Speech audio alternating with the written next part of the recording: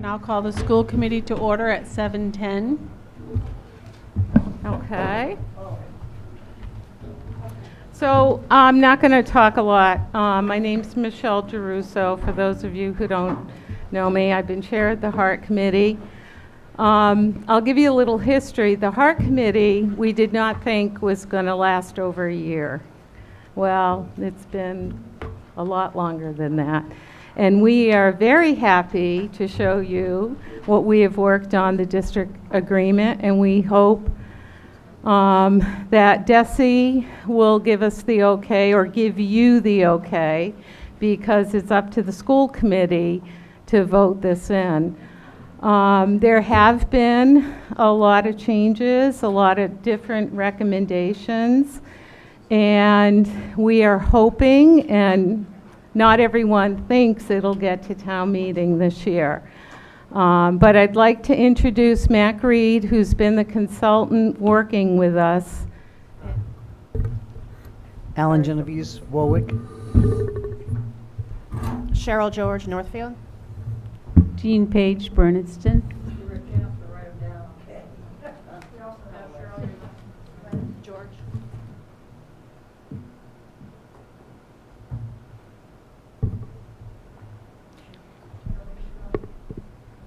Northfield.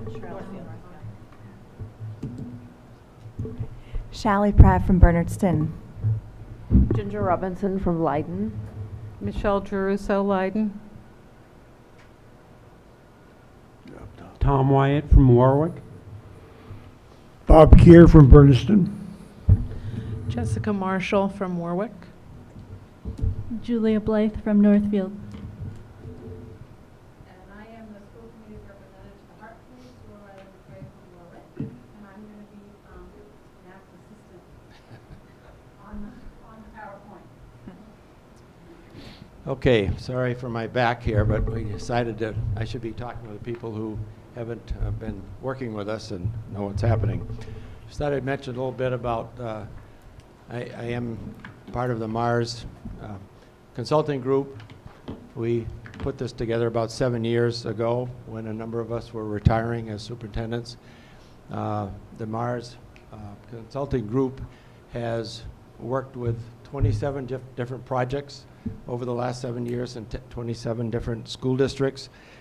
We have worked on 18 regional agreements.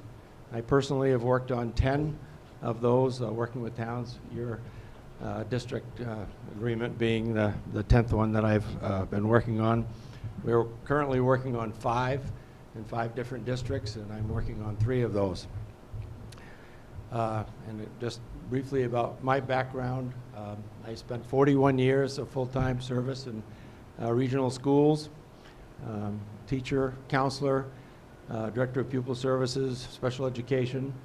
I was a principal, director of personnel, and superintendent.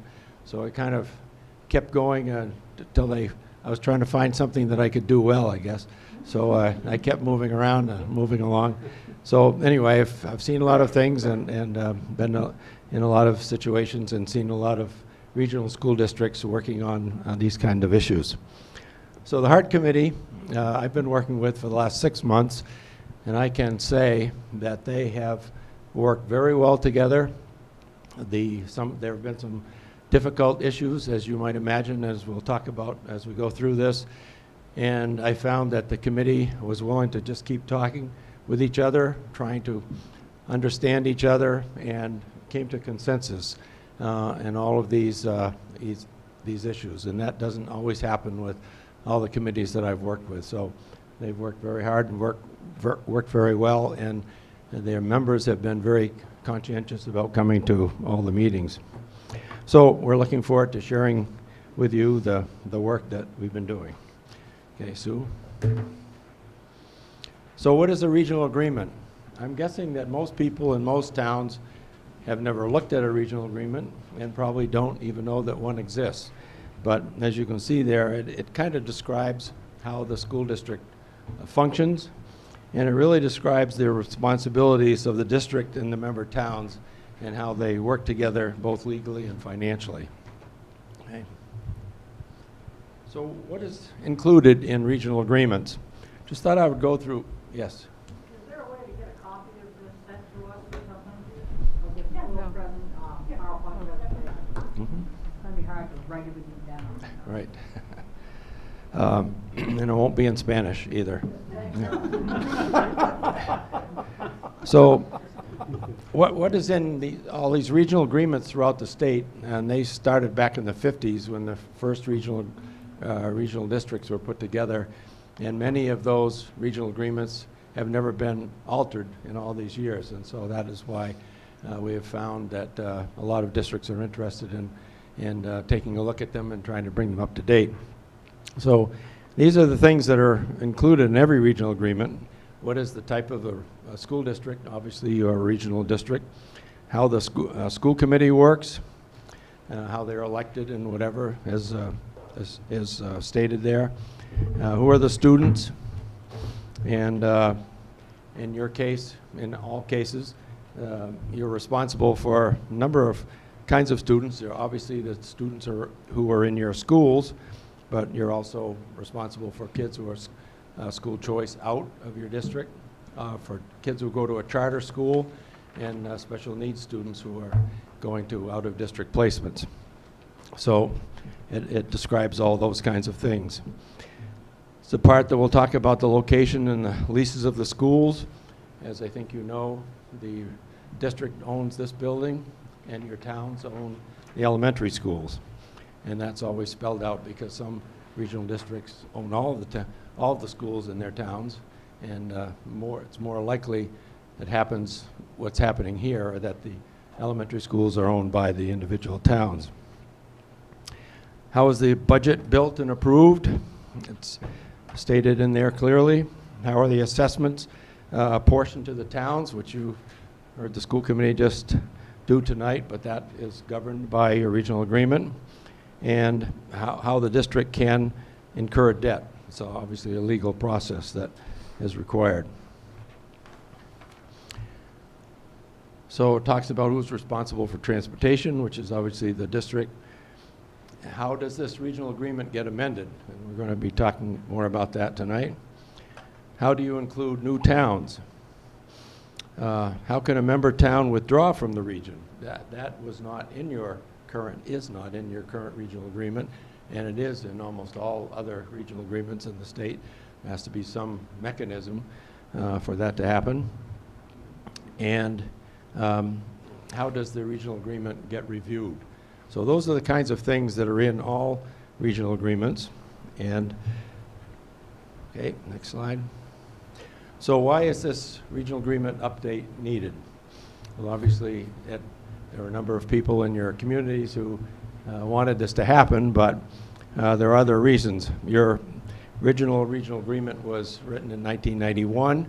It was revised in 1999, but there was something called the Education Reform Act that happened in 1993, and that changed a lot of the laws and rules about how schools and regional school districts worked. And obviously laws have changed in this time since yours was written and amended. So the goals of this HART committee, when I came along in October, was to update the regional agreement. Obviously things have changed in your communities and the school committee since this was written and amended in '99. There are different school committee policies. There are different issues that have been raised, and things are being done somewhat differently. And so one of the goals was to bring things up to date.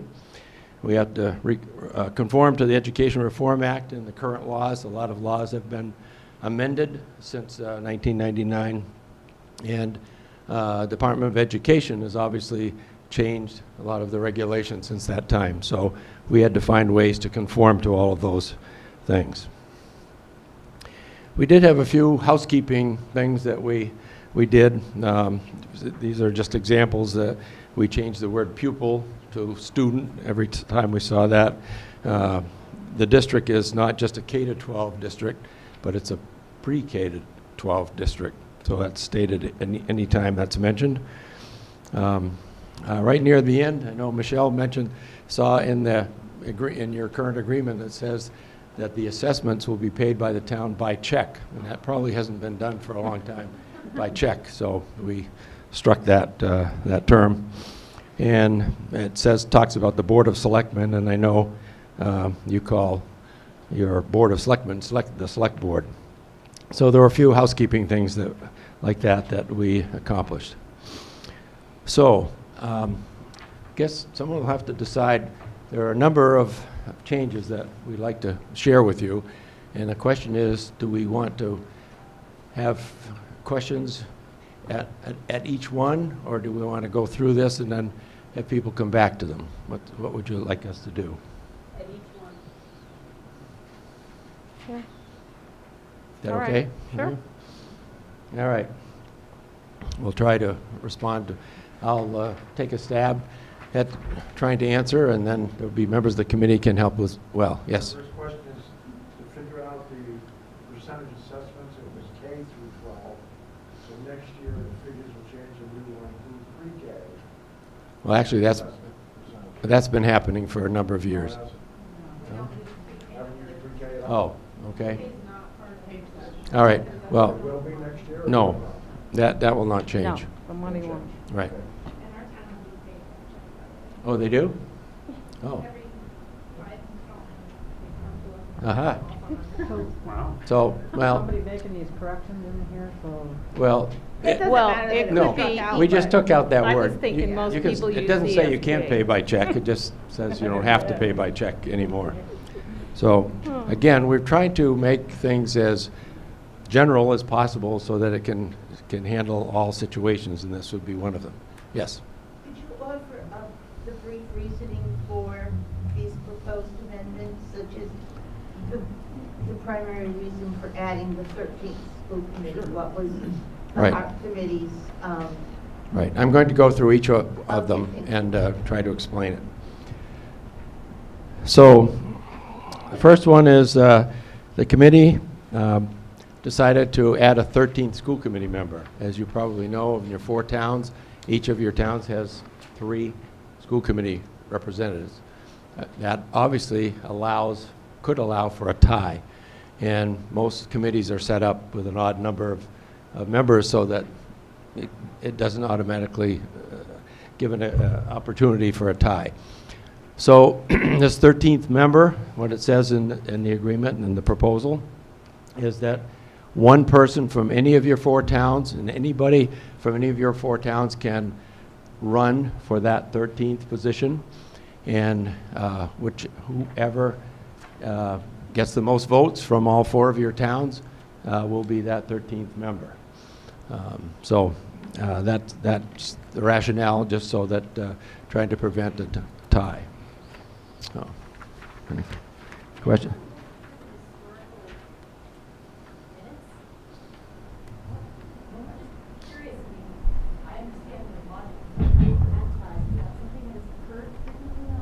No. Did happen last year, though. Yeah, it's happened once, but, I mean, since It I've. was an important. Since you've been on the committee, Karen? Yeah. I've been on the committee when it's been Yeah. and I am Bill. Yeah, a tie is a fail for the committee, for any committee. But it So- did not say that in the district agreement, that a tie is a fail. That's parliamentary procedure. Yeah, Right. that was parliamentary. It's not, You still can have ties, because people can abstain. We'll talk about it. all right. And someone could be absent or whatever. But, so again, we're trying to set this up so that hopefully 15 years from now, when maybe some of the people on this, on the school committee might not be on the committee, that it will still be logical and it will still work. So it will be a specific position, 13 members. Yes. You have to specifically run for them. Yes. That large. There are, you probably know, there are 5 different ways that school committee members can be elected. And because of the different sizes of your communities, you have chosen number 3, as it turns out. And number 3 says that you can determine the number of school committee members from each community, and then they all have to run. So when you see the ballot every 2 years, all of the members from every town are on that ballot, and the top 3 vote getters from each of the communities are the ones who are elected. So that's probably in a minority of cases in regional schools, but it works well for you because of the different sizes of your towns. Did I see a hand someplace? Yes. You may have just answered my question. I know there's been talk about having towns vote only on their own representatives. Mhm. Was that discussed and decided again? Well, that is more typical, that people vote from people in their own town. The problem with that is the federal law says that each school committee member has to represent about the same number of constituents in every town. So obviously your two smaller towns would end up with, it would have to be a weighted vote. That's one of the 5 categories. And so it's possible that the school committee members from your two towns might have 1/10 of a vote, and the members of the other two, the larger communities, might have 10 votes each. So it's just kind of awkward. And so it does seem like this is the best method for you. Any other questions about that? All right. These are fairly straightforward.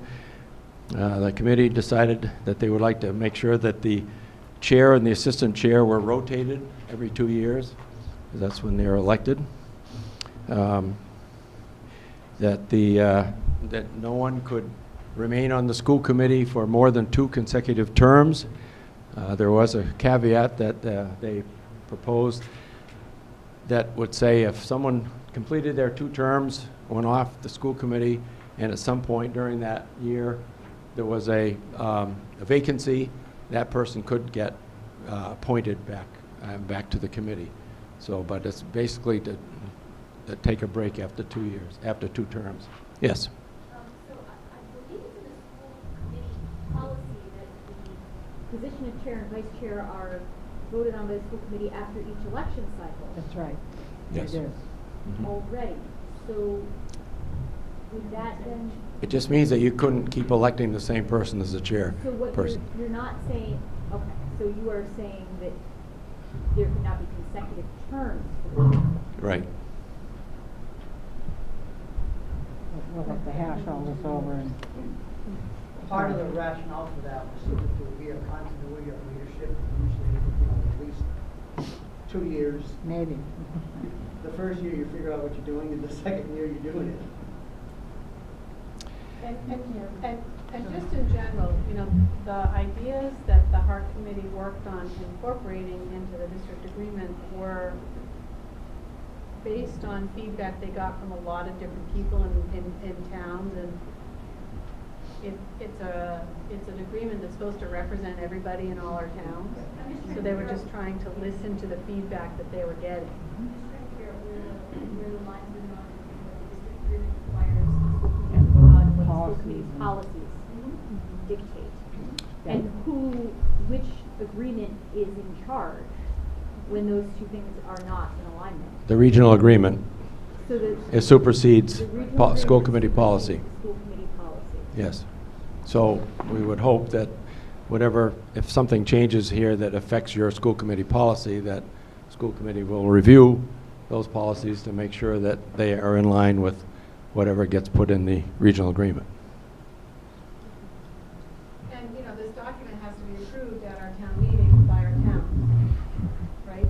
So this committee worked hard to try to really listen to people and put in elements that would hopefully support approval in our town. I'd also like to say that we brought it back to our select board several times. There were representatives, and we got a lot of input from the select boards as well, who were the ones that formed the Heart Committee. So, it was representative of all the voters in the entire district. That's right, Michelle. At almost every meeting, at 1 or 2 or 3 people would report back that they had talked about certain parts of this with their select boards or other people in the community and brought back the feedback, and that affected what the group ended up deciding to put in here. So there was a lot of community input. The last thing on this page is that if there's a vacancy on the school committee, that the appointment will be made by the select board in that community and the remaining school committee members also from that community, so that those people will get together and appoint someone to complete a term of someone who's vacated their position. Another thing that was made clear here is that the regional school committee is responsible for which grades are in which schools. I know there's some discussion about whether another grade might be moved into this building, and your current regional agreement technically would not allow that to happen. So this doesn't mean it will happen, it just means that it can happen. The process to close a school, I think obviously was a very big issue here, and we might want to spend a little bit of time on that. Mac, Yes. before we move on Sure. from the students section, I have a question. I know I sat through some of this discussion that says students who reside in the member towns will attend schools according to committee policy. And I'm wondering that the role of a parent or asking for a child to move to a different school has often fallen on the superintendent as opposed to the school committee. And I'm just wondering more about what we talked about and why there. That could still happen here. The school committee could have a policy that gives that responsibility to the superintendent, for example. We just didn't tie that down in the original agreement, but there could be a policy for whatever the school committee wants to do about that. If they want parents to have the ability to request a transfer and they're willing to leave that up to the superintendent, they can do that. And just for clarity, because I think I understand what might be behind your question. So when this talks about... Use the mic. I'm sorry, I have my back to you. So just for clarity purposes, when you see up there grades, this is coming from the perspective of the school committee may decide to put a 5th grade into a building or a 6th grade and so we're talking whole grades. There are a number of circumstances where it's in the best interest of the child to, for a variety of reasons, be moved into to another building. To me, this doesn't fall, those specific circumstances wouldn't fall under here, and it should be the superintendent's discretion, working with whoever, to be able to place students in schools according to the circumstances. So I see it as two things: an individual placement that the superintendent should be able to make versus the school committee's authority on which grades are we going to put in the various buildings. I'm glad you brought it up, because I saw it the other way, and this is where maybe there needs to be something that clarifies that, because I was talking about the individual student. And if that still falls to the superintendent, that makes sense to me, but. So responsible for which grades is the way, isn't that the way it reads, responsible for which grade? No, it doesn't. It says students. Where are you and what page are you? Section 3, page 3. Section 3, page. A. It's the first sentence in that section.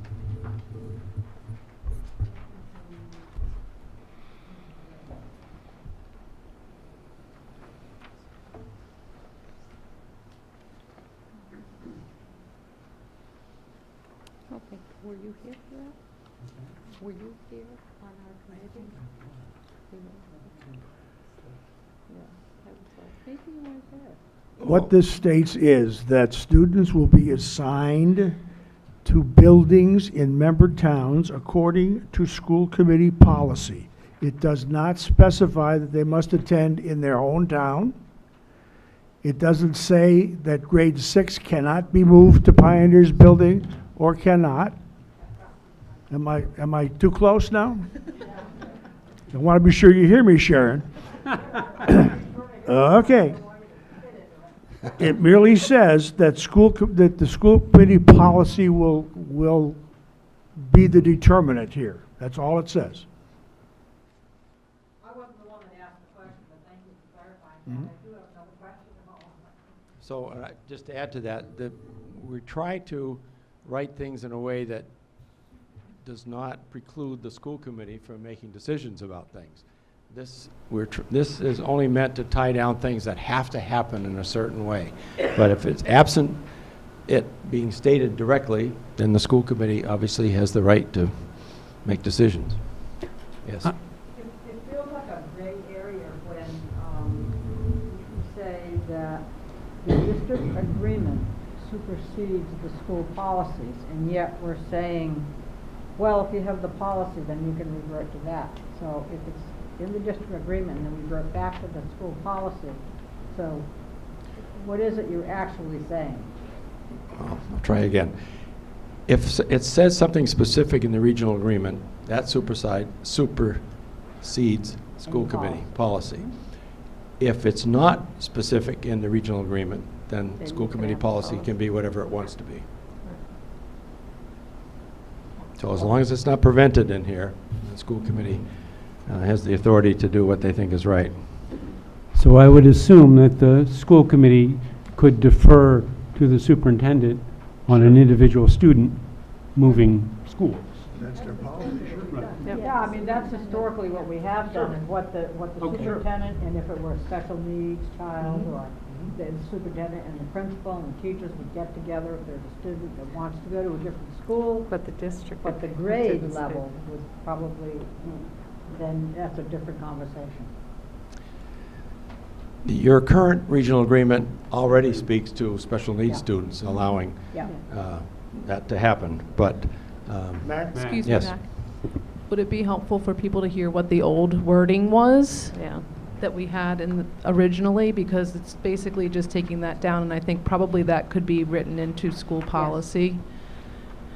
So originally this said, residents of member towns in grades 7 through 12 will attend school at Pioneer Valley Regional School, and then define the location. Subject to the provisions of this section, it's intended that all residents of the member towns in grade pre-K to 6 inclusive will receive their education in facilities located in their respective towns, except hereinafter provided. First is special needs, which I won't go into because that's a different thing. But number 2 is students may also be accommodated in other elementary schools within the district when recommended by the superintendent and approved by the committee. Both the child's parents and the school committee, provided that the committee determines that such a reassignment is prudent and can be accomplished and is in the best interest of the pupil. Not the prudent. And then C was residents of member towns in grades kindergarten through 6 may be reassigned to schools outside of their respective towns when, in the judgment of the committee, there is a temporary need to reassign pupils when damage to a physical plant renders a facility unusable in whole or in part for its intended purposes. Thank you, Jess. Narrowed down a little bit. All right. So what she just read, those 3 paragraphs have all been stricken, so that it's a new language which tries to clarify that and give some more flexibility to the school committee. So according to this, you could not move 6th grade into this building.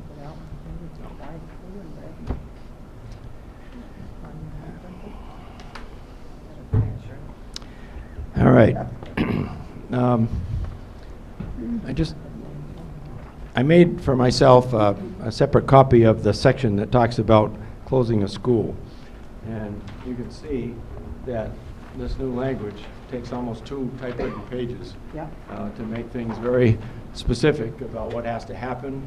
There has to be a 5-year projected feasibility study that the central office will do. There has to be an ad hoc committee set up that will include members of the community, and school committee, and to look at that before the school committee can make any decision. There'll have to be a meeting held in the town where there's projected to close a school. So there's lots of steps that will have to be taken in order to close a school, to make sure that people are involved and it's a fair process. So I don't know if there's any more question about that. Sure. You're just going over in a very general way the big changes in the document, and Right. then we're going to go through the whole document after this, or no? It's up to you. I didn't think we were. But Sharon? I didn't understand that, but what would be helpful was when we see that up there, you could say, and here's what we're gonna do, and you'll find that in your district agreement on page whatever section, la da da da. That's what would be helpful. Yes. The points are And I in think here. that would go faster and make more sense. But in the end, because the Heart Committee is making a recommendation to the school committee. You can make other amendments or whatever, but in the end, the school committee is going to, if you support whatever those are, that. But you should I would assume that after this, you would get a clean copy of the entire regional agreement, so then you could see the whole thing. I just wanna see where it goes. Gotcha. So you don't have one of these that. yes, I do. Yeah, Tell because- you what section he's talking about. I meant to mention this at the beginning, especially for those of you who are not on the school committee who did get this. The document that we've been working with is actually 19 pages long, and it has different colors on it. And it was my way of trying to keep track of the changes that are taking place. So in this document, all the letters that are in black are your current regional agreement that hasn't been changed. Any red letters are new words, new language that we've included to try to address the issues. And anything that's in your current agreement that we are, or the committee is projecting to delete, has been put in blue with a strike through. So you can see from this 19-page document exactly what was what's in your current agreement, what is being taken out, and what is new. And then the committee, I believe, also got what we call a clean copy, which is we took out all the stricken language, and it just has the red letters that's new and the black letters that are current. And then eventually, when it eventually gets to the school committee and the school committee votes on this, there's a third copy that's just all in black, which is what it would look like, assuming that the towns vote to support it. So we've kept track of every change that has been made, and you'll be able to, anybody would be able to see that.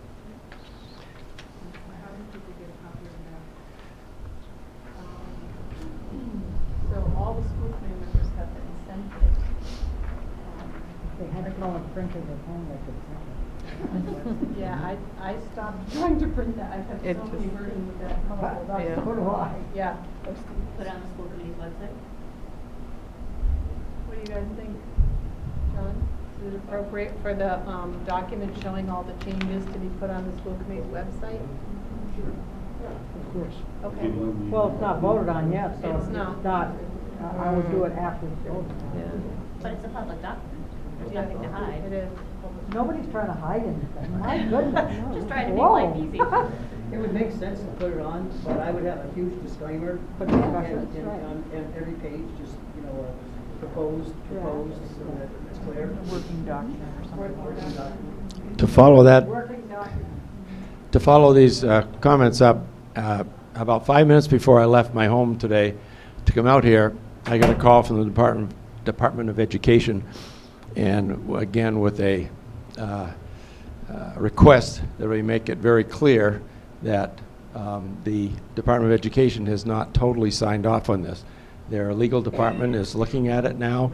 There may be some other little tweaks, and maybe not, I don't know, but they wanted to make it clear that if, in fact, the school committee were to vote on this tonight, it's still possible that the Heart Committee would come back with a couple of tweaks that would go back to the school committee to finalize. So, Mac, yes.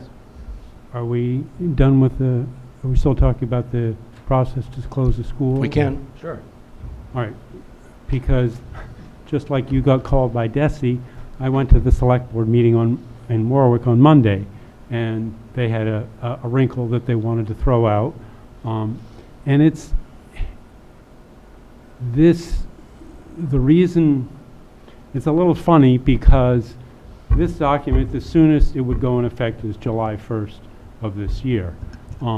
As we know, the school committee will be considering closing 1 or 2 schools this month.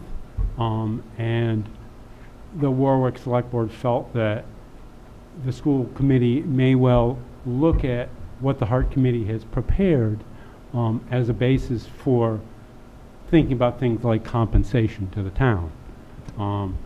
You will see on page 5, it's number 6, is the thing that produced a 4-hour meeting for the Hart Committee,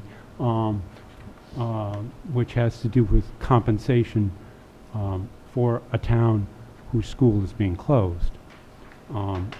And to summarize, basically, it's a 3-year, whatever you call it, agreement that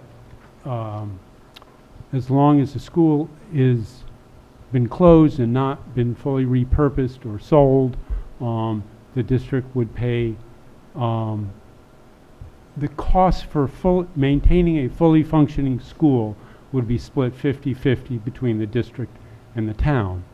And then it specifies certain categories like maintenance, insurance, things like that.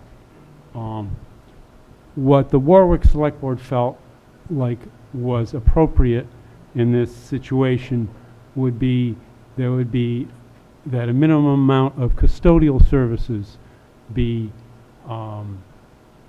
allowed or agreed on. And the Warwick Finance Committee actually looked at the whole issue of compensation and came up with a figure for a minimal amount of custodial services for things like flushing toilets, checking the main systems in the building, that it be roughly 20% of the line items that are normally there for custodial. So there's a wrinkle for you. So if the Hart Committee does get back together, that will be something for the committee to discuss. If the Hart Committee doesn't, that will be something that the school committee should take into consideration, whether you want to add one more item to the list that's already stated there of what the district would be responsible for. The call I got yesterday from, oh, go ahead. That is certainly a wrinkle to a lot of different things, but to me that feels like it should have been presented at the budget level for the school committee, not this meeting for the Hart Committee. If there was concerns, because these concerns have been out there closing the school for a year or so. So yeah, that's a pretty big wrinkle. And I think it probably, this wouldn't be the place to have the discussion. This is more about the Hart Committee's presentation. Yeah, how the school committee will handle it, this year, who knows, Can I ask a question on that? Sure. So did the budget committee right now, as part of your $9 million budget, I don't hear you. did the budget committee as part of the 14 million. the 14 million, that's right, the other was minimum contributions, did they include fully functioning operating costs for the elementary schools? Of course, yes. Yes, okay, so that's already in there. Okay. And was that in addition, that 20%, was that in addition to the 50% of the 100% of the cost, plus 20%? Or was that not the 50%? See, this is not. Yeah, we should, No. we should let This it is a do the budget presentation. thing. I believe, And Alan, not, it's you just one more put the ring- item on the list that would be part Yeah. of the 50%. Oh, Yeah, that's something to look at. Well, I think he No, should do because it wouldn't be 50%, but, No, but you would have to have a separate sentence, yeah. yeah, my understanding was that the number your finance committee came up with was $7,000. So that would be put on the list. That would then 50% would be coming from the district. Is that But correct? we don't even know if DESI's going to approve that anyway. Yeah. So he All right. was starting to say that. Ginger. I just want to let the school committee know, or everybody here know, that this section,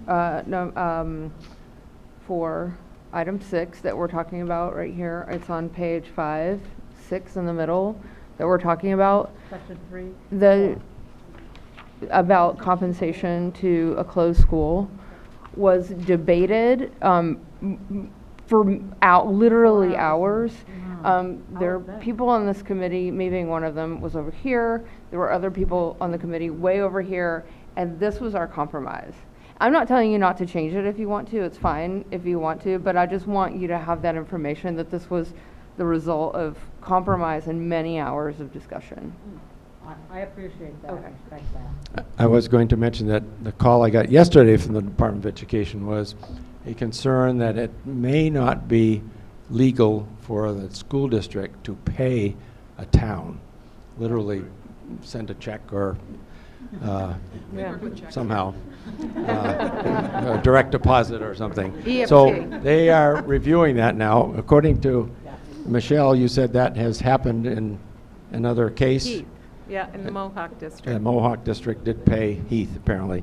So they have some reservations, at least the people that I'm talking with there, and so that needs to be resolved. Obviously, there are other options, and I mentioned this to the committee with an email. Unfortunately, this committee has been getting emails from me the last couple of days every time someone calls with a change of something.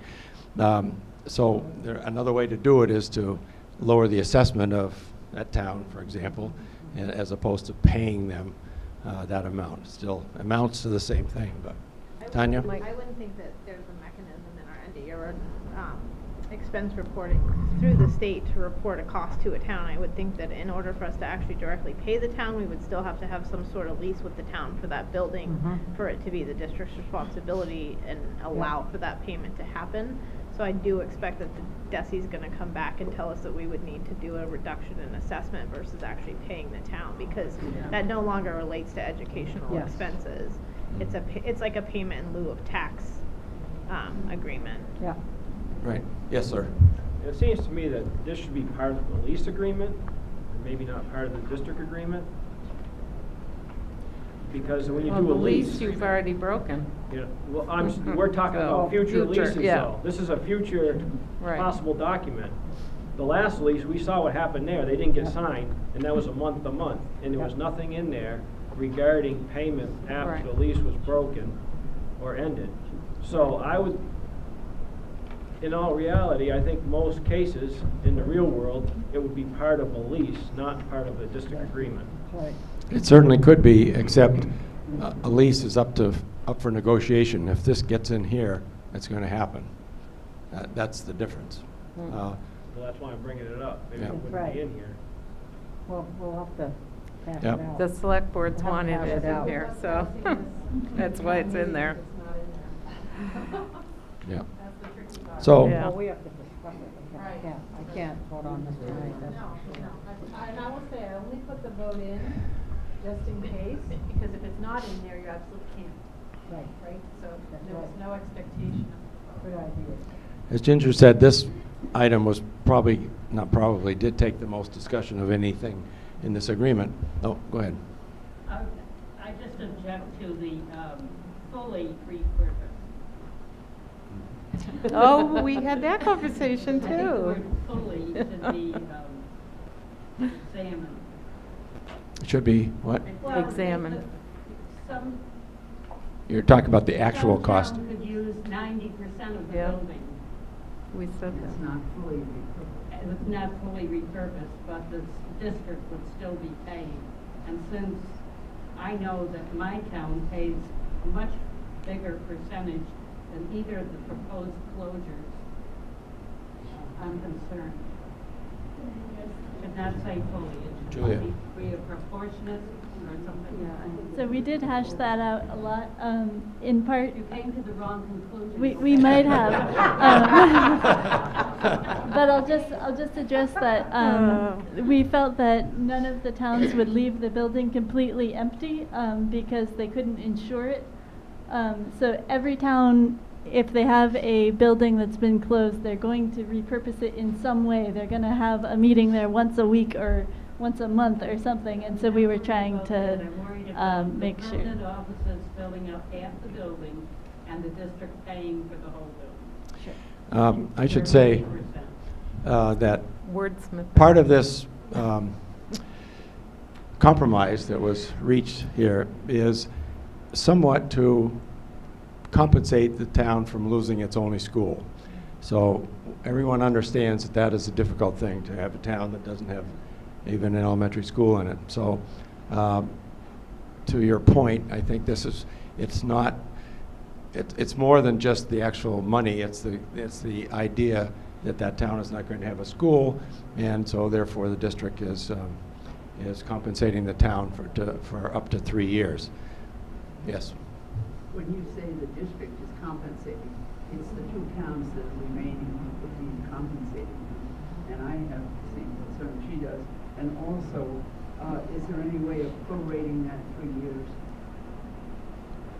We did talk about that. Don't forget, if the school is actually closed, you're going to save several $100,000. So if the school ends up paying, the district pays $30,000 or some number for 50% of what it would of the maintenance, or $60,000 even, it's still a net gain to the district and to the other towns. It's legal. Hey, it's legal for us to pay. Well, it'll be legal somehow. Oh, really? You just need to know the right mechanism. I have a mortgage, can you sign? You have a bridge too to sell? The other piece of that compromise that ended up after that long discussion was, I have to apologize, I have some new eye drops here, and that's making my eyes tear. Not like I'm crying about your clothes here. Yeah, I'm showing Might be empathy, after right? tonight. I was so impressed with your compassion. The other piece of the agreement is that the town that loses its elementary school will not have to participate in any capital projects in the school where their children go. So, for example, if 30 kids go from one of your small towns to one of the bigger towns to school, first of all, if they need a new roof in that school, they're going to need a new roof whether they have those 30 children there or not. And again, it's somewhat of a compensation for a town for losing its only elementary school. So I'm just trying to put the whole package together, the compromise that was reached. Is that a fair summary? Well, there was also the factor that if the town of Leiden will not vote a capital, well, maybe they will, but you will be asking, another town will be asking, say, the town of Leiden to vote for a capital cost for a building that's not even in our town. So just to think, if you're a town with a school that's still open and you want to make improvements to that town, do you really want this town that doesn't have a school to have a say in what you get to do to yours? So that's something, just another piece of that the town without a school could hold your project hostage. Oh, yes, sir. Maybe to Ginger's point, the district should be paying the capital cost instead, and it would still be spread over the 4 towns. Then it wouldn't come down to one town against another for work accepting the kids. The town's on the building. But the town owns, yeah, the building. Well, the leases could be changed and things can be changed. A lot of legal issues can come through that. You get a lawyer involved.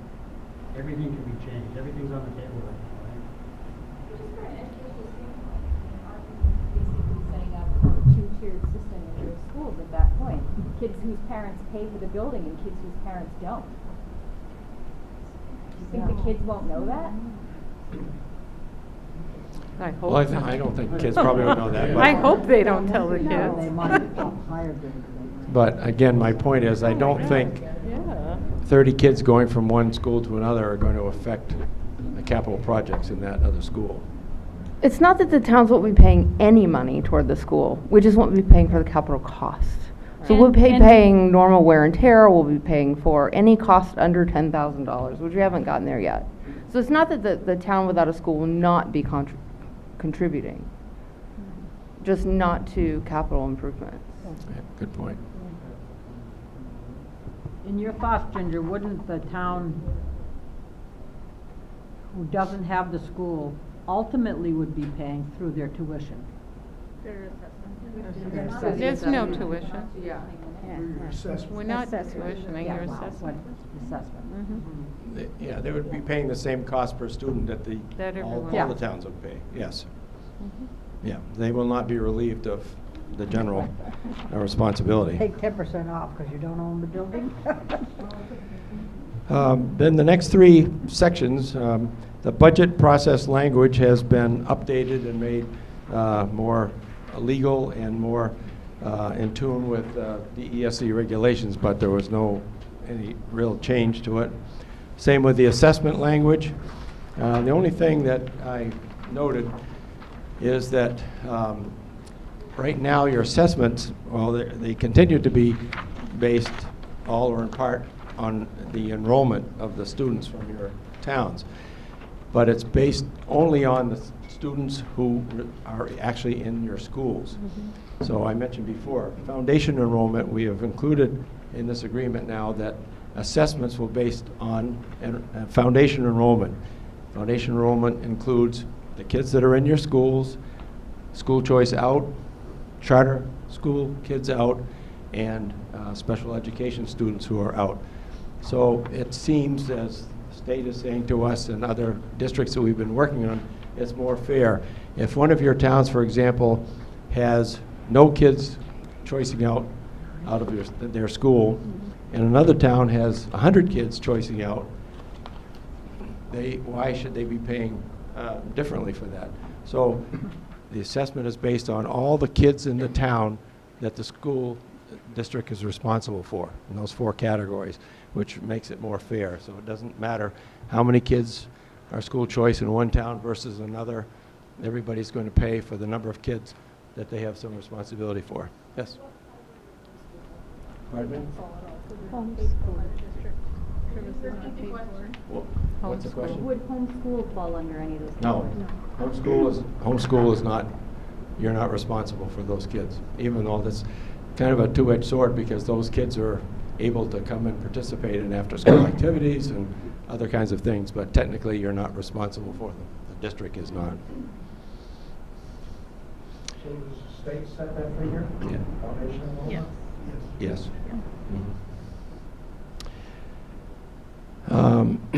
Same with the incurring of debt. We modified the language a little bit based on our experience with the Department of Education, but did not change anything.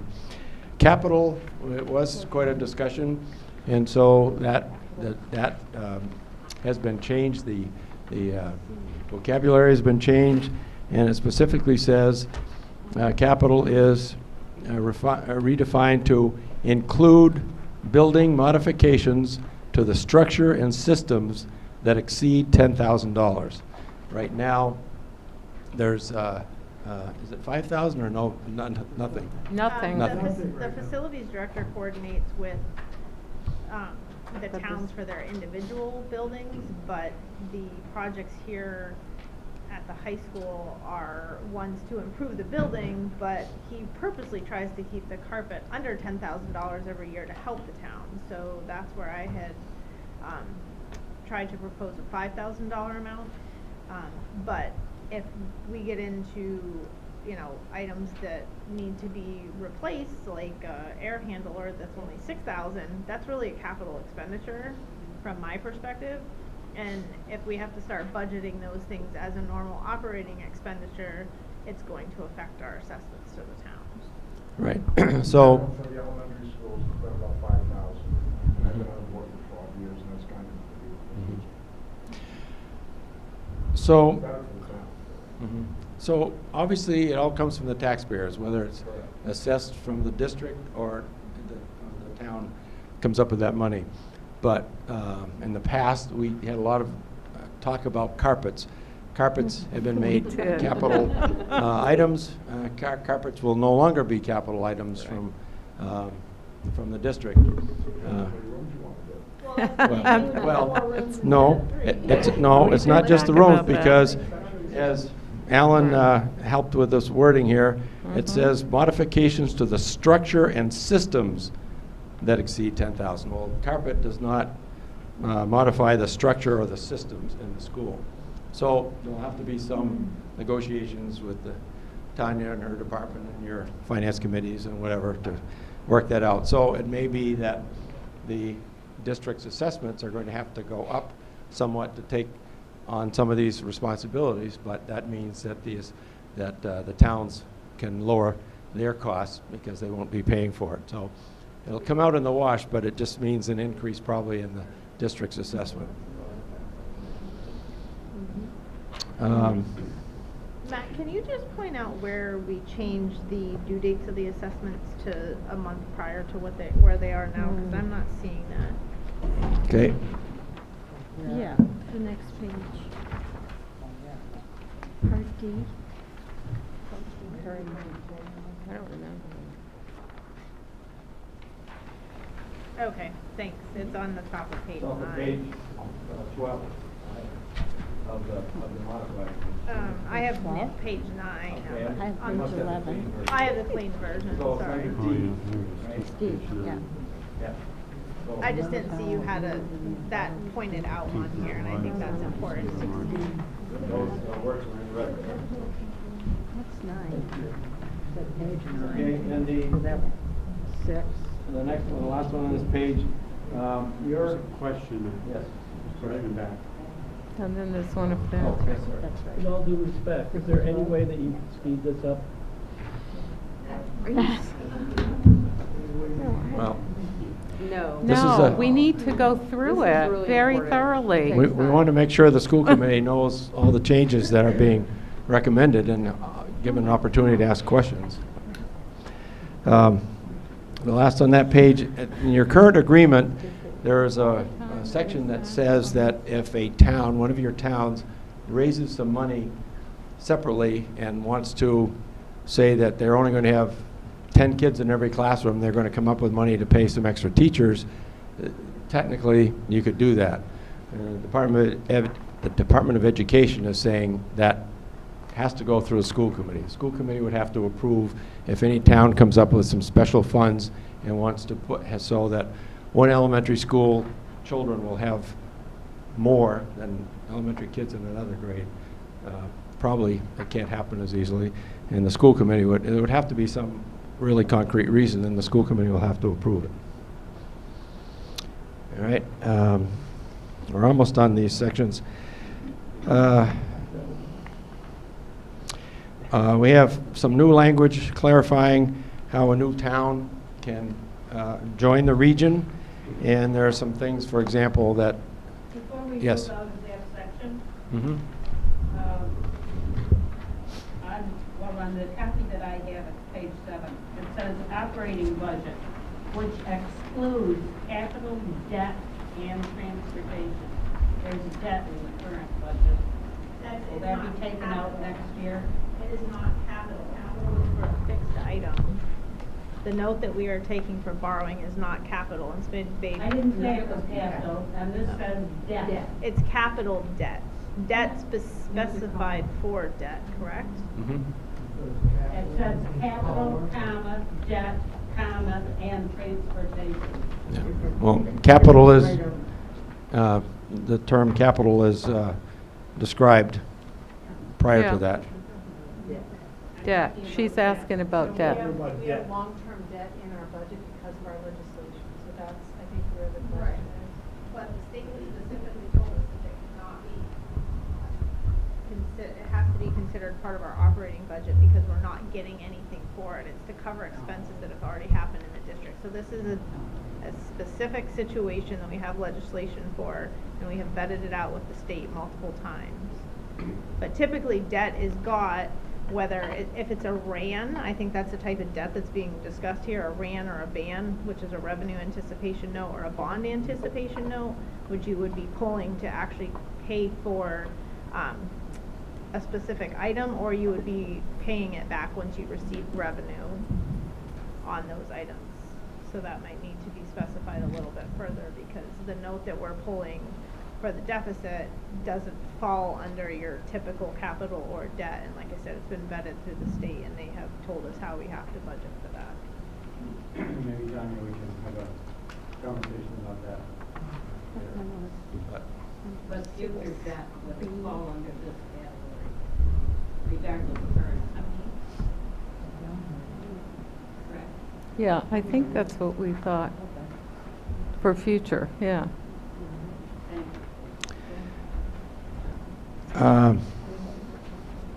So about adding a new town to the region, there is some language in there. For example, the school committee might want to negotiate with that town to say, yes, we'd like you in the region, but it's going to cost you $150,000 because we just spent $400,000 of capital expenses in that building where your children are going to go. That just allows for some negotiation to just if you bring in another town. There is not any language in your current agreement that allows a member town to get out of your region, and so we have some language in there that specifies how that might happen. And Just write down impossible.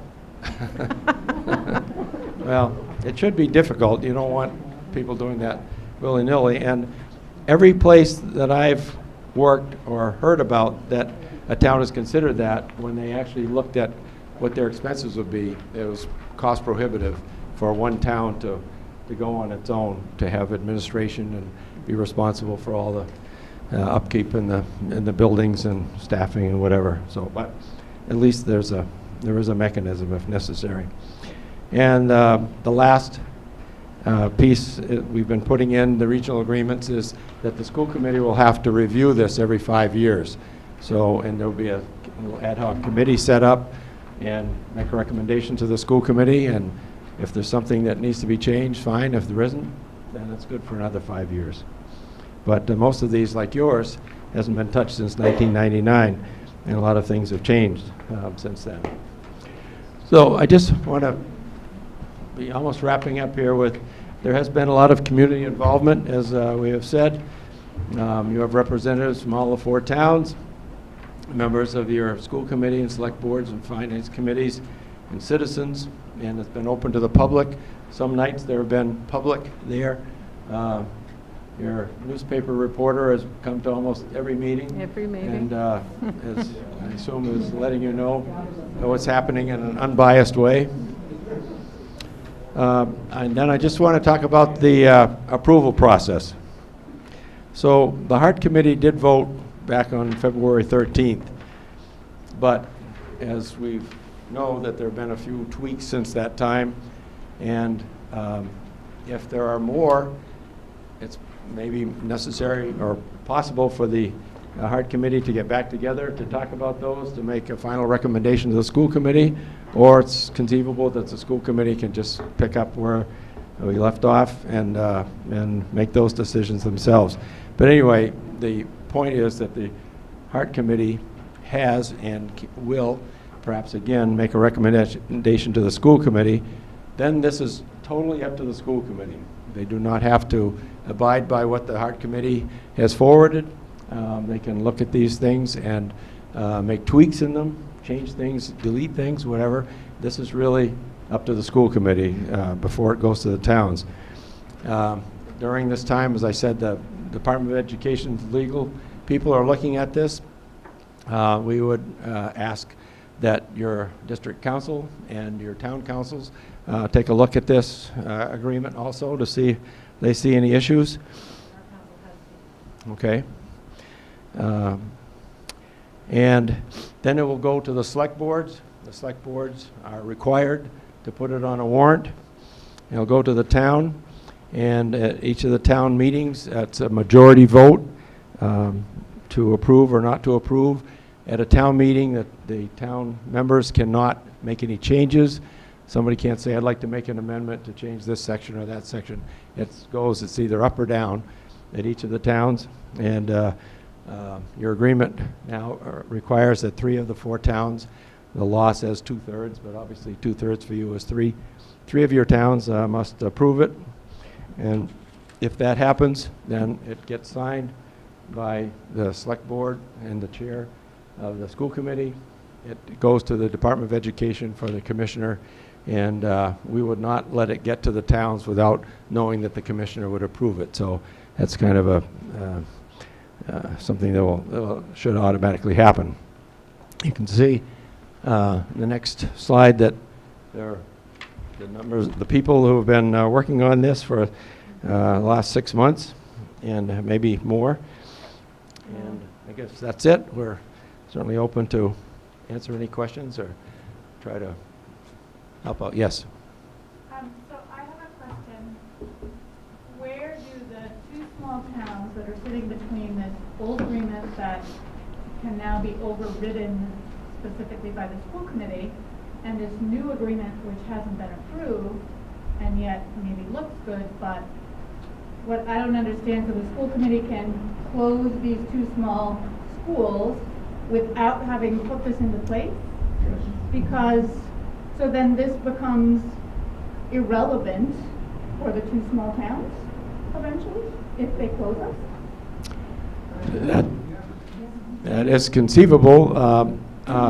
My understanding is there's been a lot of work by this district to this point of putting things together to find out what the savings would be, and so I assume that would be used. I would hope that the school committee might take a look at what the Heart Committee is recommending and make use of some of it to before they agree on that.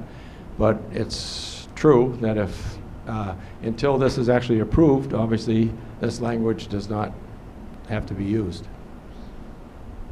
So then why would the two small towns even agree to it possibly if their schools are already closed? That's not making sense to me. Well, there's more than just that in there. I mean, there's language on withdrawal, there's language on the budget, debt. I mean, you know, we thought about all this. I get that. Yeah. Just an interesting perspective. It is. Yes, Well, it is. and who's to say? I mean, I I understand. hear people talking about closing all the schools, I right? understand. So Yes, I get that's that. some way to. I get that. But there also hasn't really been a school committee discussion as such on whether those small schools are really going to close. You're going to come together and have a vote at some point, but no one's really talked about whether they really think that's the best thing to happen or not. So just putting that out there as, it hasn't really been talked about yet. As a school committee, as a group discussion in front of the public. Yes. We have the forums in each of the towns, the public forums, so that the two towns that are in question could come to the table with their concerns and their thoughts and talk about it. And the committee representatives were in those towns, and many of the other school committee members were there too. So at that time, that was the best that we could do. We don't have any information to close these schools until we get budgets and okays from the state. Mm-hmm. So that's... Yes, I understand all that. There's another hand up there.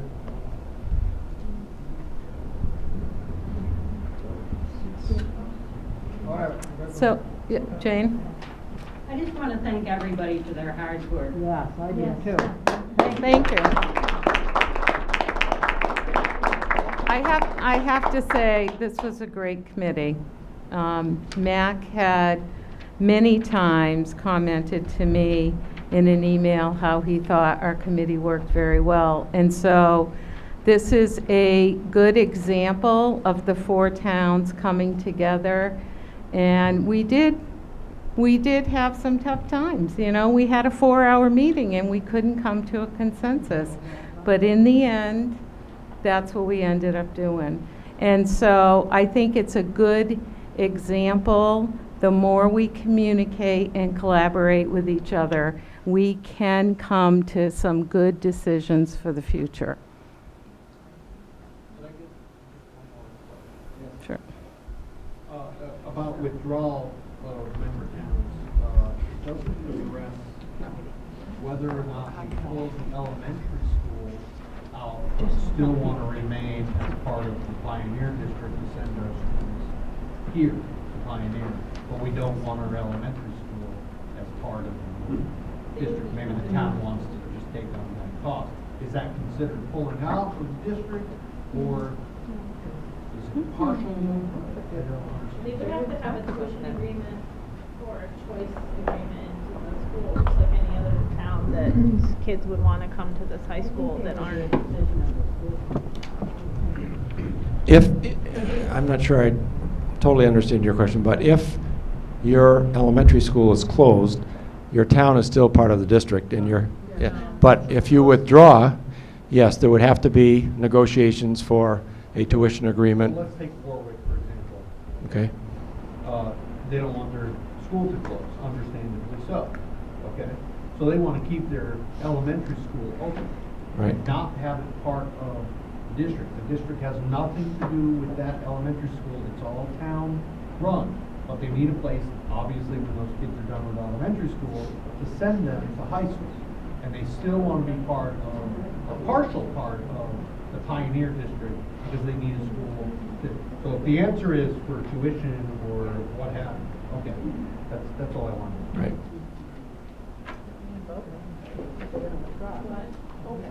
They're responsible for their long-term commitments. Right, so the town will be responsible for the long-term commitments and the whole withdrawal process to withdraw from the district. So they would have their own, they'd have their own elementary school, they'd have that as their district, if you will, but to come to this high school, the school committee would have to either invite them as choice, or they would tuition them in.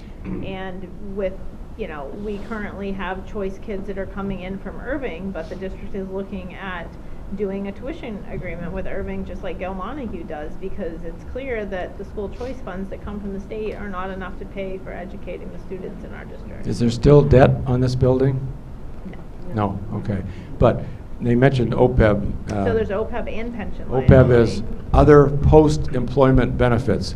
So every teacher, whoever taught in your town and is retired, your town is still responsible for payment to the state for their retirement, even if you've pulled out of the And just region. to give an estimate, our latest OPEB valuation just for the OPEB, which is your post-employment benefits, not your pension, which is a whole nother liability, was roughly around 18 million. And with the current valuations for capital, which is used for withdrawing, Warwick's is 9% of that. So 9% of that's, $1.6 million just for the OPEB, and then probably double that for, because I believe the pension liability, I have to look at it again, is roughly the same. So it's a big chunk of change, and then you have to have your own superintendent, your own central office, and all of those things as well. And it's probably too much detail, but one of the issues is it says if you withdraw, this is according to the law, that you would have to come up with all that money immediately.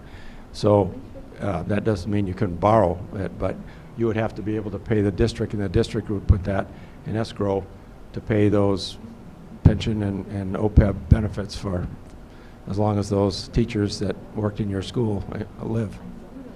I think the question was misconstrued. I thought his question was, Warwick wants to remain in the district only for the high school, but wants to run their own elementary school. How does that scenario? They'll still pay the assessment from Pioneer. Whatever the assessment is, 8%, 9%, I don't know what it is. Whatever that is for Pioneer, prorated for just Pioneer, not the elementary school. That's another angle on this. I think technically that could happen. It would mean redoing the district's regional agreement, this agreement, and it would mean having the elementary school have its own agreement to run its own elementary school.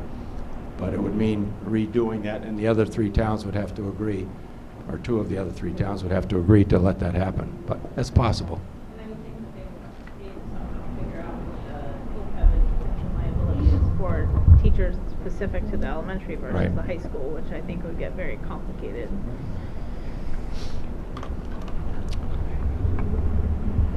Anything else? Okay, well, thank you for your patience.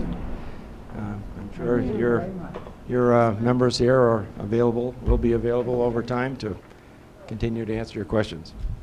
So, yeah, I was going to ask you, Susan, what is the next step for you? So, the HART committee is on the appearance list for March 14th. So perhaps at that point, the school committee and the HART committee should have a conversation about where to go with all this. Because it sounds like you guys voted it, so it should be in our lap, but then a bunch of things happened, and maybe you're going to re-vote it, or should we just say, you're done? You guys, yeah, okay. We haven't talked about it. Okay, I so. mean- I thought we were done. We thought we were done. I think, We made a recommendation. Yeah. Am I loud enough for everyone? We made a recommendation based on all that time to say, we've taken it as far, a lot of conversation went into this. We are not the authority to be able to do anything other than make a recommendation. It's the school committee. So at this point, the school committee has to have ownership and make amendments, make changes, things that you feel if we missed a mark or need to be modified, because it's the school committee vote that counts to go to the town. So I guess I'm concerned about if it comes back to HART and then we go through all this dialogue with the towns again and then make you'll be making other revisions, and then it comes back to the school committee. You've been like, I don't want to say shut out of the process, but you don't really have the knowledge of why these new things have occurred. So at this point, I think the school committee needs to study it, make recommendations. We should probably, have that joint meeting, because you probably have more questions when you start peeling that onion back of, well, why this versus that? And then you may say that made sense, or no, we don't like that. We're going to make this change. And you can make any changes you want. But I would think we'd still go forward with that meeting and we wouldn't take another vote. But we would be available to give you the rationale for why we did what we did, and you can agree or not agree. That would be helpful to hear why you did what you did, and so that we can then take another look at it and digest all that information and look again, and then have you come back again. I think the fresh eyes now at the school committee level makes a whole lot of sense. Okay, Kristen? So just a quick question. I don't want to negate any of the work and the effort that has been put forward by the HART committee in this process. My question is in this process, has the HART committee taken the school committee's policies and looked at those? And they run sort of hand in hand. No. What we did do is talk about the school committee has policy that they will have to revisit. Right. Regarding, for example, I didn't personally like to have in a regional agreement dictating how the school committee is going to select their chairs and do their business. On the other hand, after a lot of dialogue, it sounded like, okay, if there are rules there that people can see in a regional agreement, it is what it is, and if they want to change it in 5 years, they can. Okay. So you will have to go back. If we started doing that, because I've been in a lot of subcommittees, including policy, we would then be getting our nose under the tent of the school committee and then be making recommendations of what policies they might have to change. Right. That should be a whole different subcommittee that now reviews school committee policy as it pertains to the agreement, what can stay the same, what needs to change. That was going to be my next question and recommendation, because I think a lot of this work is intertwined. Exactly. And I am of the mindset of efficient process and practice, and this work takes time. And I would hate to duplicate time and work, because God knows not many of us, we don't have a lot of time, right? This is important work that we have to do. So my recommendation would be if we could have more collaborative meetings and times so that we could knock this out together and make it as efficient as possible instead of sort of functioning, I use the term, in two different silos, because we are talking about and making decisions on very similar things that impact one another. That is that too, because it could be a lot of redundancy in hours and hours of conversation. Like, we saw examples of that this evening, where we'd see something on the list, someone would have a question, and it was explained to us how they arrived to this, or some of the points that were made, and that could be more efficient and save some time. So I think that what we're gonna have to do is match this up to our policies and then, you know, digest all of that, where are the changes made, and that is not gonna take a couple of weeks.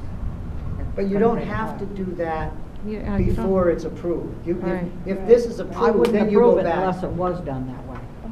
I wouldn't vote to approve it unless it was done. So so that's our question. So you are not thinking that this will go to town meeting this year? I don't know. I know I'm not gonna approve this tonight, and I need No, time to not digest tonight. this. You guys have taken months to do this. We get it, we've had it for a couple of weeks. It's gonna take us the same amount of time. We've had a lot of 4-hour meetings, and we're gonna have more 4-hour meetings. So bear with us too, in try to digest all this information and get it through our process as well. Can I just respectfully say that the regional agreement, if that's approved, will obviously have an impact on your policies. And if it's amended Yes. along the way, it will have an impact. So from my perspective, that work will happen after the regional agreement is done to see, okay, what policies are outdated, are in conflict, and now you would adjust your policies to match the regional agreement. If you're going to try to do them both together, you're looking at least 2 more years. Because one change to policy might then, if that's going to be the driver, now you're going to be changing the regional agreement to match policy. You don't want to go down that road. Well, I understand what you're saying, I respect that. All right, thank you. But I still, no, we need time to digest this and take a good solid look at it. Mike? I think if we, as a school committee, I mean, we've got subcommittees now. I think maybe creating a subcommittee for this to review it. I mean, I watched the other night on the Bernardston-Northfield TV and watching one of the select board committee, meetings. They were confused with some of the stuff. I mean, I'd like to review it thoroughly with members of the school committee and do a thorough review of it and make sure that what's being done is being done right.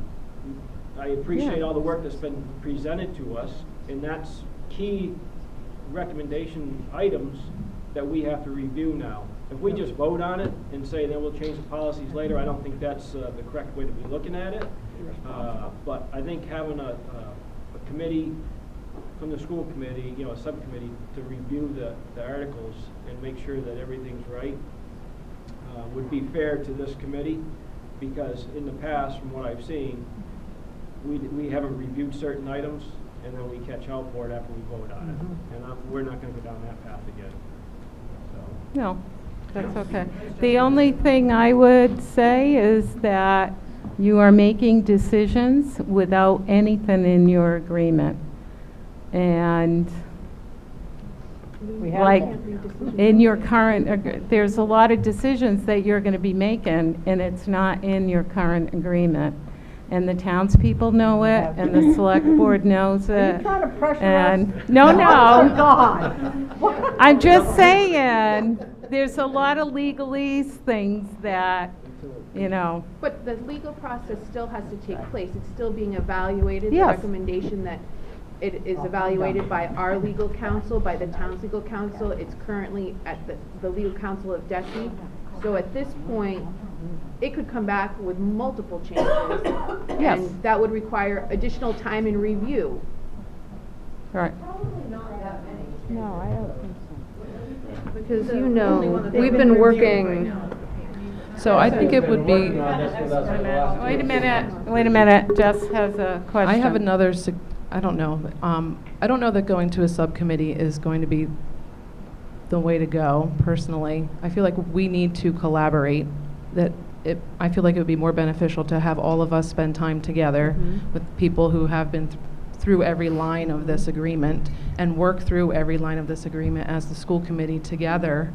And just so much has happened about the language that's in here that I feel like teasing it back, that we can tease it back apart together. This is what we've been doing, is all of us have been tearing it apart and talking about all of the words, and that I think it would be an amazing opportunity to just have special meeting for this together to do that work.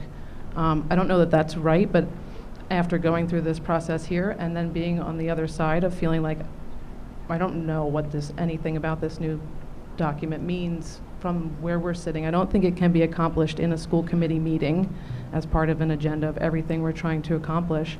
I think we need to set aside time to do it. And I think as a school committee, we need to figure out if this is going to be on the warrant, and we need to set up timelines for ourselves about what we want to accomplish with it. I just want to say something. This process has sort of come to this point with a lot of expertise and support by Mars. And in our budget, we don't have that budget, right? We don't, but, Can you just repeat yourself? yeah. So the Heart Committee had Mac to work with, who's done this a bunch of times, is doing it in a bunch of different places, and has been in collaboration with DESI the whole time. We don't have MAC budgeted in our budget, right? There was a grant that funded MAC's work with the Heart Committee. So one of my questions is just about that element of link to DESI and expertise that we may miss once we step out of the process that the Heart Committee was in through the grant. I'm really feeling pressured with that because it's like, well, we've got these people, we got to hurry up and make this decision before I'm not saying, they go I'm away. not putting That's pressure on what- anything. I just that's want what to it talk feels about like, what, Sue. what, That's what it feels like to me. Well, Sharon, I'm not trying to put pressure. I'm just Yeah, questioning. it feels like that. Well, let me finish. What I'm just saying is, what do we want to do about that, right? Discuss it and I can't do it, make him stay any longer. Well, I can't rush this process. I'm not either. asking anybody to rush. I'm just bringing Well- it up as a question. That's all. That's all. I'm happy to come to any, I'm sure other people in the Heart Committee are also willing to come to any subcommittee meetings or special meetings or any meetings that you want to have to talk about this. Sharon, if you want to meet at Town Hall and or the Leiden people, we can go over this. I'm happy to try to just be a part of any going over this. I can understand. I had no expectation that you would vote on this tonight, and I understand wanting to really take some time to flesh things out and have your own debates about it. And I think having some perspective from the Heart Committee, like someone was saying earlier, that we don't do things over and over again, that we can kind of talk about the thinking behind things. I'm happy to try to come to as many of those meetings as possible. Well, when I hear people say, oh, we should have another committee and then we should have more meetings and stuff, and then a comment, oh, we had a 4-hour meeting. We have 4-hour meetings all the time. I don't think that we have time to have another committee that's, you know, I really don't.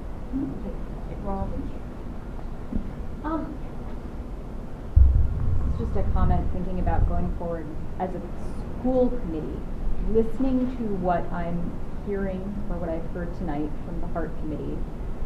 I think, you know, they revamped this regional agreement and it sounds to me like they represented select boards, finance boards, town board, you know, a lot of that. And I think that I'm just wondering, as a school committee member, I'm looking at it as the person that's supposed to go through this and say, is this best for the district?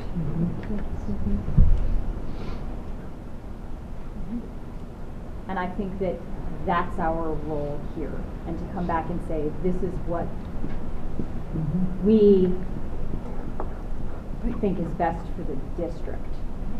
And the Heart Committee had the district's best interests. That's right. Also. Tanya? Can I just say, I didn't go to all of the Heart Committee meetings because there was a lot of conflicts with other meetings that I needed to attend, especially once the budget started, but until budget season really vamped up, I did go to a lot of these meetings.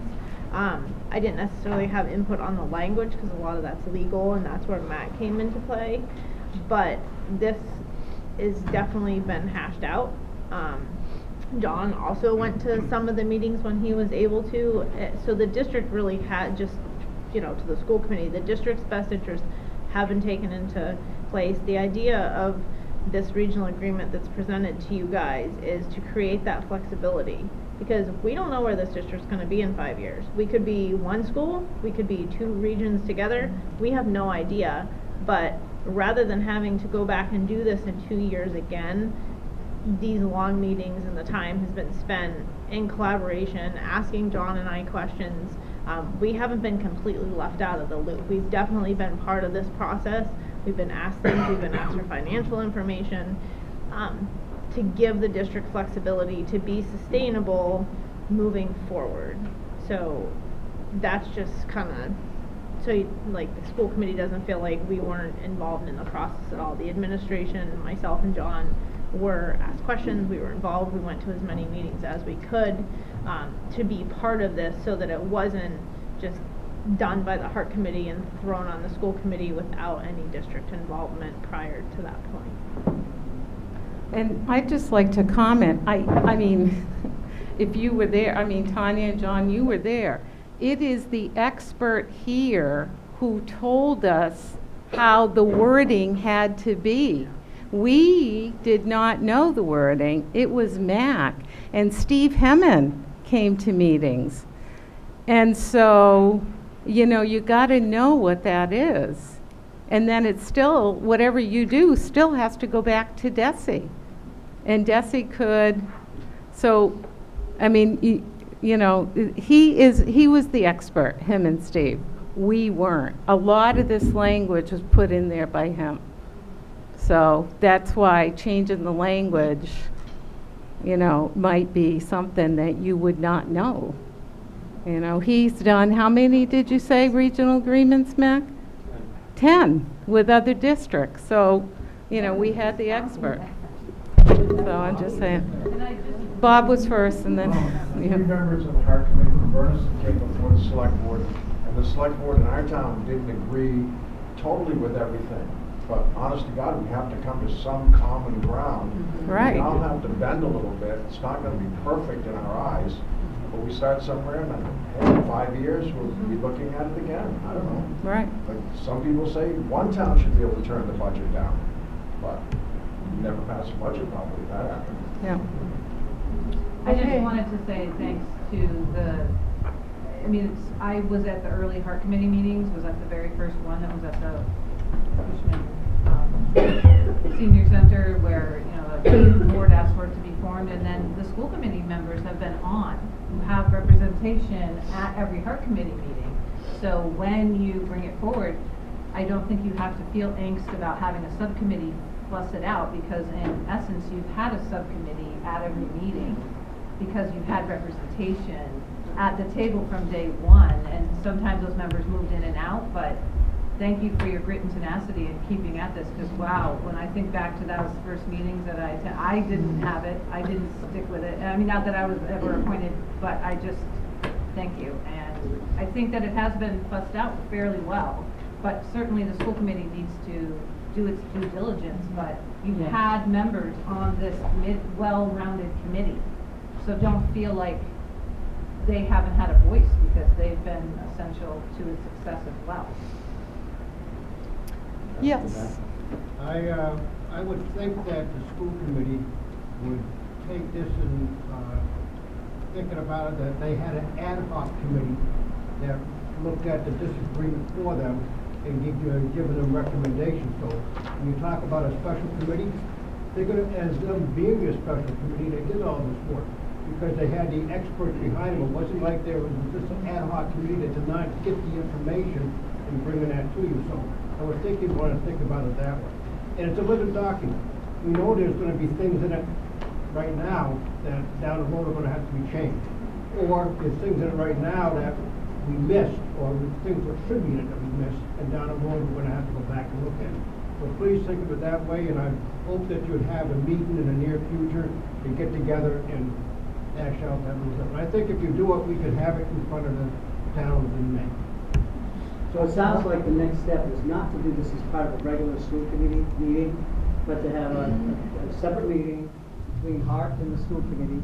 The school committee reviews everything, get your notes, get your questions, and then we have a joint meeting dedicated just to this, and be done. Line by line.